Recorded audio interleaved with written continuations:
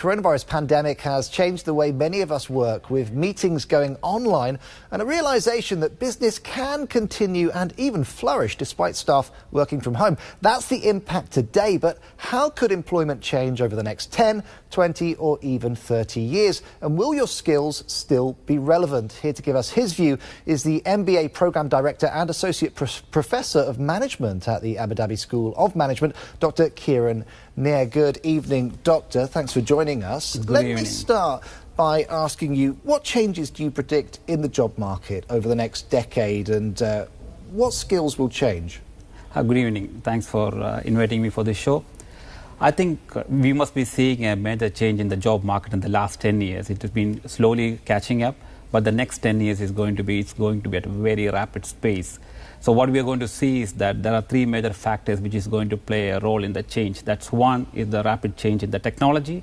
That's talking about the artificial intelligence, robotics, the invention of 3D, 4D, blockchain. So these are going to be the differentiator going forward in the next 10 years.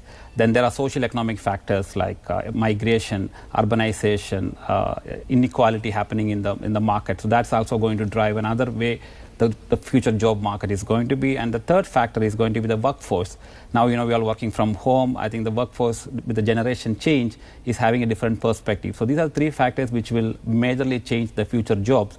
But let me talk more emphasis on the automation part. So the invention of or the adoption of artificial intelligence and robotics is going to completely transform the job market. So the jobs what you see today, whether it is farmers, whether it is drivers, whether it is manufacturers, whether it is soldiers, or whether it is in the hospitality industry, whether it is in pharmacy, you name the industry, maybe very few industry will be surviving.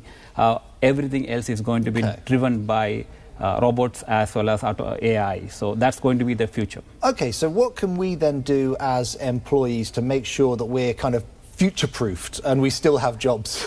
I think that's the only thing, that everything is in your hand. If we are not ready to change, I think we are going to sit and cry. So the best thing what we should be doing is understand where we are.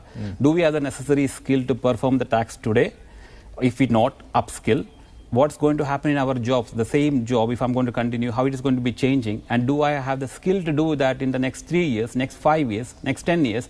So do a gap analysis. So once you do a gap analysis, you know where you stand, what you lack, what sort of skills you basically need. So you need to keep learning. Now it's going to be a lifelong learning. It's not like you complete your master's and start working. Yeah. Lifelong learning sounds expensive. What can we do to improve our skill sets if we don't have a lot of money to kind of put into this? So if you really need to develop yourself, you need to invest. But not necessarily all the time money is the only stopping factor. So no, there are a lot of opportunities for you to upskill without spending money.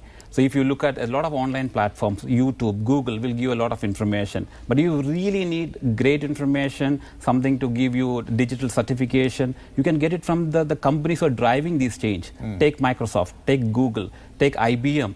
These companies are giving you certification in all the necessary soft skill and hard skill, whether it is design thinking, whether it is AI, deep learning, automation. You get free certification. So why should you worry about that? Just do it so that you upskill yourself, reskill yourself, so that you are not worried about your job. I mean, it all starts with the kids, obviously. What can we do as parents to make sure that we're making the right decisions for our children about where and how they're educated? See, today information is in your fingertips. So you really know where the market is going. These type of shows will really open the eyes of the parents that what sort of jobs are going to be available going forward. So what sort of skills? It's the traditional education with skill set is not going to be there. So you have information available. Go search for the right universities and the colleges where the students are not only learning the textbooks but are gaining the necessary skills. Like a university I come from, every 6 months we look at what sort of curriculum we are offering, what sort of skills we need to add. So we incorporate the curriculum from the industry. We speak to Microsoft, we speak to Google, understand what the latest skill, and then we add that into the curriculum. So the students, when they pass out from our universities, they are very much skilled. Not only a degree they get, but they are very much skilled to perform the new generation task, which is related to AI, automation, robotics, etc. So that's up to the parents to really look at where they need to send the kids and what sort of education, looking at the future jobs available in the market.